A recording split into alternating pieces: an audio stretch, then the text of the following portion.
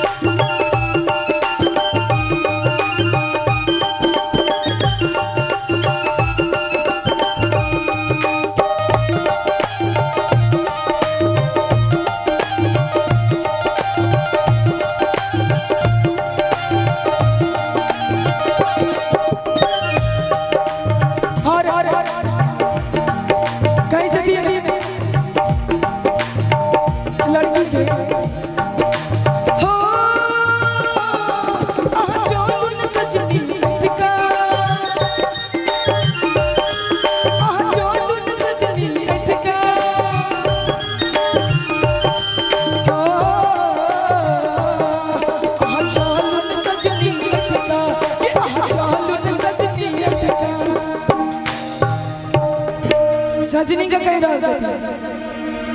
हाँ सबने कभी अपन अपन सजनी का